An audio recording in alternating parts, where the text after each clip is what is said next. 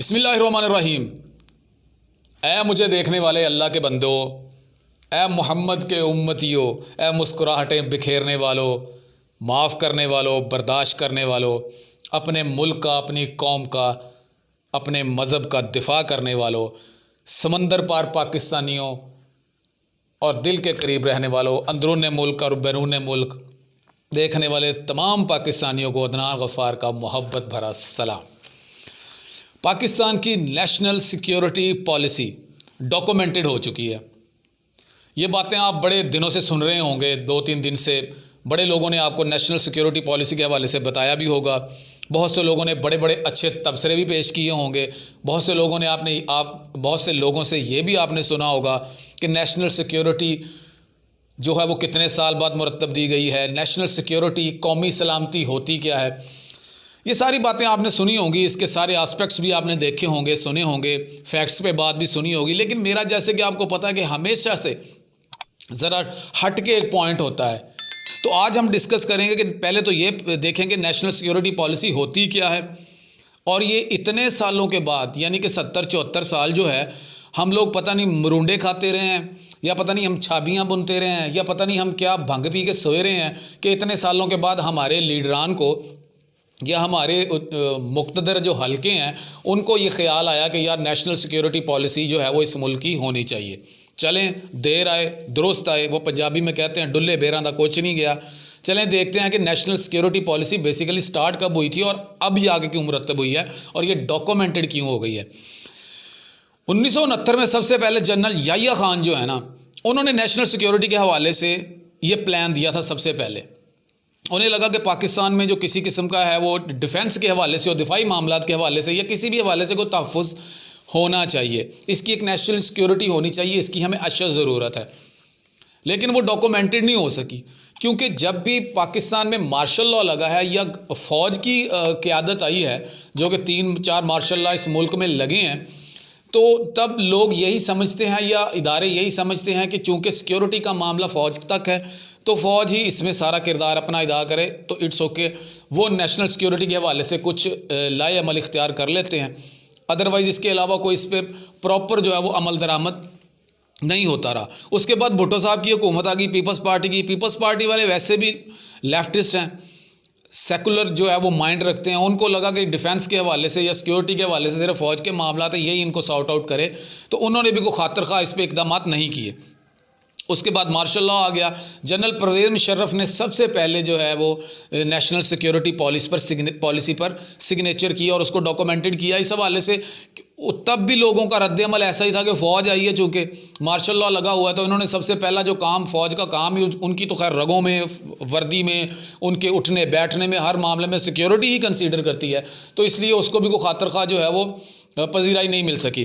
उसके बाद जो है वो जनरल करामत साहब जो है, उनको मियां मोहम्मद नवाज शरीफ साहब ने भुट्टो साहब के बाद नवाज शरीफ साहब को ये मशवरा दिया था कि आप सिक्योरिटी पॉलिसी जो है वो मुरतब दें ताकि इस कौम का कुछ हो सके। हमें हमारे पास, हमारे इदारों के पास कोई विजन तो हो ना, कि कोई पता तो हो उनको कि हमने किस सिक्योरिटी के हवाले से इसको लेके चलना है। लेकिन वो उस वक्त भी जो है वो आई गई कर दी उनकी बात, उस पर ख़ास तवज्जो नहीं दी गई। उसके बाद जो है वो 2014 में जो फार्मूला जनरल करामत ने दिया था नवाज शरीफ साहब को, ये मैं आपको चीदा चीदा बातें बता रहा हूँ, इसकी डिटेल में नहीं जा रहा, क्योंकि बात जो है वो सिक्योरिटी के हवाले से, तो बेसिकली हम देखना चाहेंगे कि बेसिकली सिक्योरिटी है क्या, किसके तहफ़्फ़ुज़ की बात की जा रही है। कौमी सलामती, नेशनल सिक्योरिटी इसको कहते हैं ना, तो इसमें क्या कौम एग्जिस्ट करती भी है कि नहीं करती। तो नवाज शरीफ साहब ने उनके कहे हुए जो आइडिया था उनका, चलें जो भी है, उन्होंने ये कदम उठाया नवाज शरीफ साहब ने, और उस पर काम शुरू हुआ 2014 में। और 2021 में पूरे 7 साल के बाद जो है वो अब हमारी नेशनल सिक्योरिटी पॉलिसी जो है वो डॉक्यूमेंटेड हो चुकी है। अब हम इस पर डिस्कस करेंगे। 2-3 सवाल हैं मेरे दिमाग में, आपके दिमाग में बहुत सारे होंगे, जितने मेरी इस्तात है उसके हवाले से हम इस पर आज बहस कर लेंगे। क्या कौमी सलामती का ख़तरा किसी जंग से मंसूब किया जाता है? ये मेरा पहला सवाल है। दूसरा सवाल यह है, क्या कौमी सलामती सिर्फ फ़ौज से मुतल्लिक होती है? तीसरा सवाल है, क्या कौमी सलामती में कौम कहीं एग्जिस्ट करती है, यानी कौम की कहीं शमूलियत इसमें होती है जो नेशनल सिक्योरिटी पॉलिसी बनाई जाती है? क्या इसमें सारा किरदार, पॉलिसी बनाने में सारा किरदार क्या फ़ौज का होता है? ये मेरे 3-4 सवाल हैं, इस पर हम बात करेंगे कि इसमें मैं अपनी आज राय दूंगा। इसको नेशनल सिक्योरिटी पॉलिसी का नाम दिया गया है, यानी कि कौमी सलामती, कौम का तहफ़्फ़ुज़। मैं आपको यहाँ पे एक बात बताता हूँ। हर इंसान सोचता होगा, पाकिस्तान की 99% आबादी जो है वो कुड़ते होंगे इस बात पे, यार हमारा निज़ाम सीधा क्यों नहीं हो रहा। हर बंदा चाहता है ये निज़ाम ठीक हो, लेकिन हर बंदा खुद ठीक नहीं होना चाहता।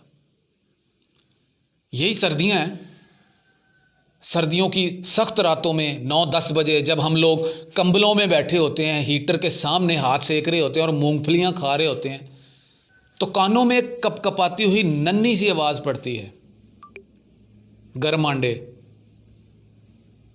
तब दिल दहल जाता है। जब बाज़ार में शॉपिंग करने जाते हैं या किसी काम से बाहर निकलते हैं तो सिग्नल पे एक छोटे छोटे नन्हे नन्हे हाथों वाला बच्चा आपके ग्लास को नॉक करके कहता है साहब गुब्बारे ले लो। तब भी दिल दहल जाता है, तब भी रूह कांप जाती है।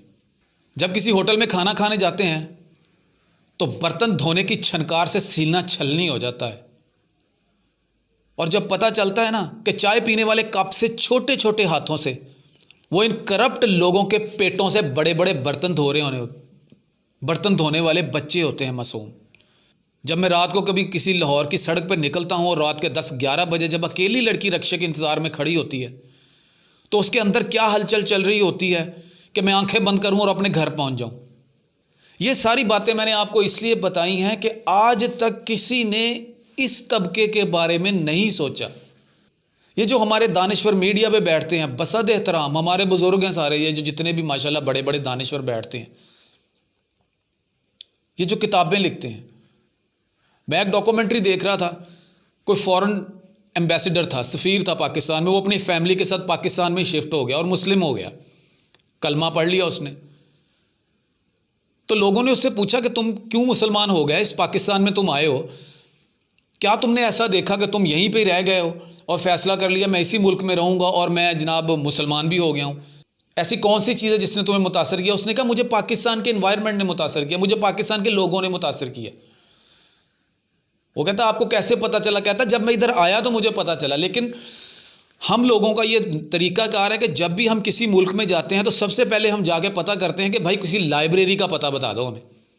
वो किसी लाइब्रेरी में जाते हैं, वो कहता मैं किसी लाइब्रेरी में गया, लेकिन लाइब्रेरी में जब जाके मैंने पाकिस्तान को पढ़ने के लिए, जाहिर आपकी पाकिस्तान के या किसी भी मुल्क की लाइब्रेरी में जाओगे तो आपको सबसे पहले वहीं की बुक्स मिलेंगी ना, उसी मुल्क के हवाले से किताबें मिलेंगी और आपको उस मुल्क के बारे में पता चलेगा, उसका जोग्राफिया कैसा है, उसका माशरा कैसा है, उसकी सियासत कैसी है, उसकी सकाफत कैसी है, उसकी सियाहत कैसी है। कहते मैंने बुक्स उठाई, लेकिन बिलीव करें मैंने जब उसके लिए अल्फाज सुने ना तो मैं दंग रह गया।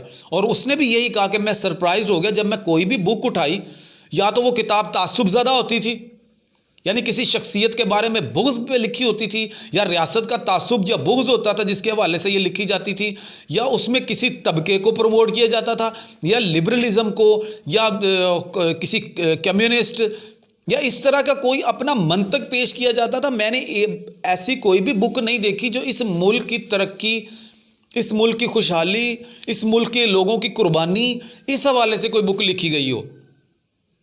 तो मुझे आप बताएं कि एक तो हमारी कौम जो है वो पढ़ने लिखने से वैसे ही आ रही है, हम जो है वो रीडिंग करते नहीं है, किताबें पढ़ते नहीं है। मुझे अच्छी तरह याद है, मेरा छोटा भाई जो है वो बचपन में, आज मुझे ये बात समझ आती है, वो बचपन में जब हम कोई गांव में रहते थे या कोई अमरूदों वाला जो उसे अमरूद लेने जाते हो तो वो आपको कागज़ पे रख के अमरूद देता है, या आम ही तौर पर यही होता था ना कि रद्दी के लिए यही चीज़ें, अखबार रिसाले, यही चीज़ें इस्तेमाल होती थी।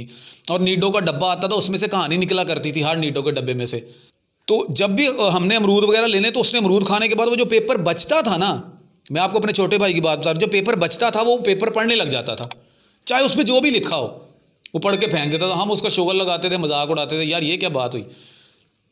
सेल्फ स्टडी की बात मैं आपको बता रहा हूँ। फिर नीडो का जब भी दूध का डब्बा आना, उसने इस बात पे खुश नहीं होना कि चलो जी दूध आया है बच्चे के लिए, किसी के लिए, तो लेकिन उसने उसमें से कहानी निकालने की जो उसकी एक्साइटमेंट होती थी, आज भी मुझे उसका चेहरा याद है।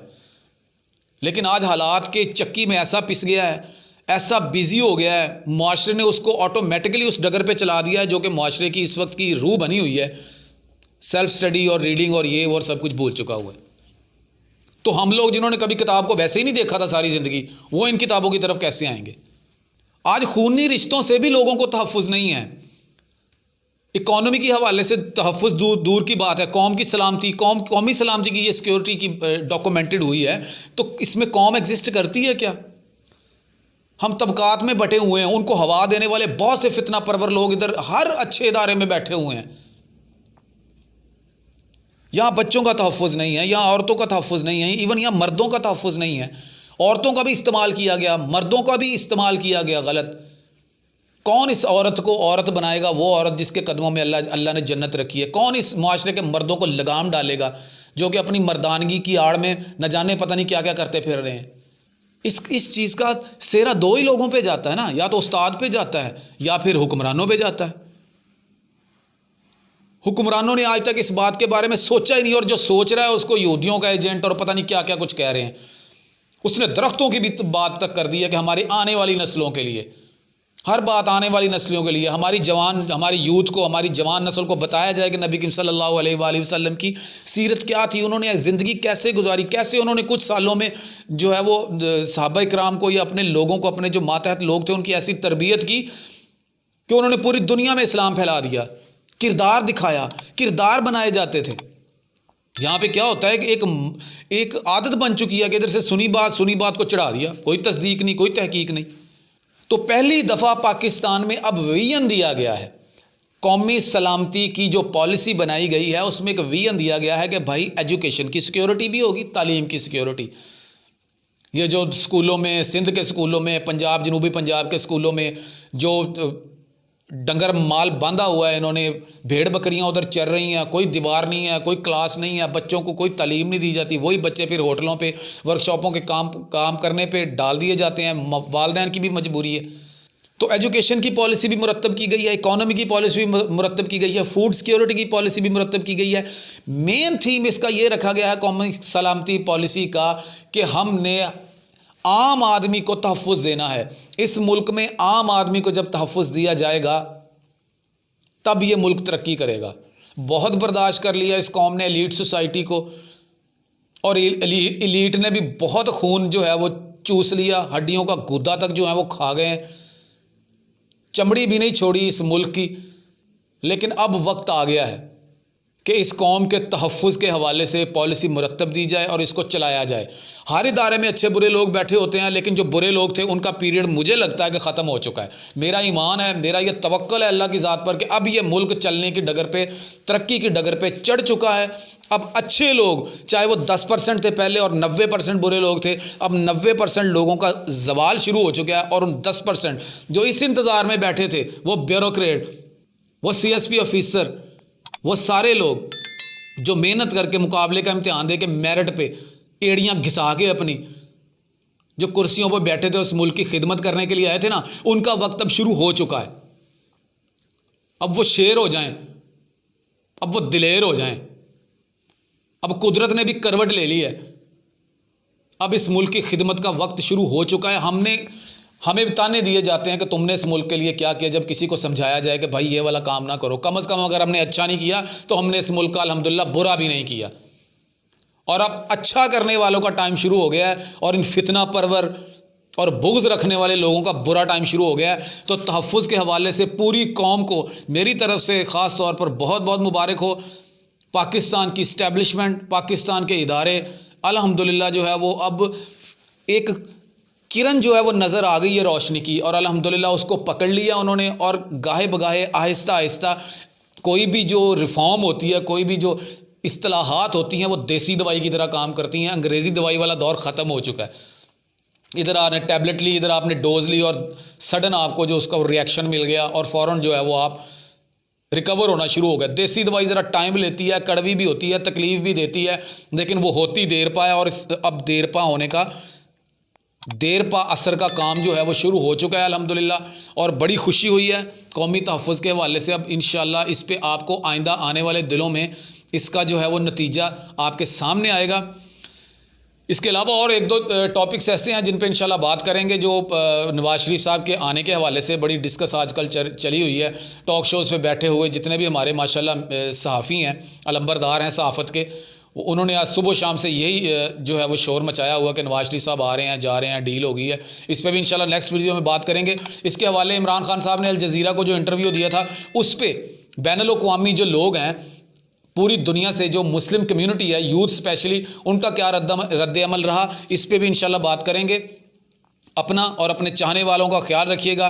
तब तक के लिए अल्लाह निगहबान।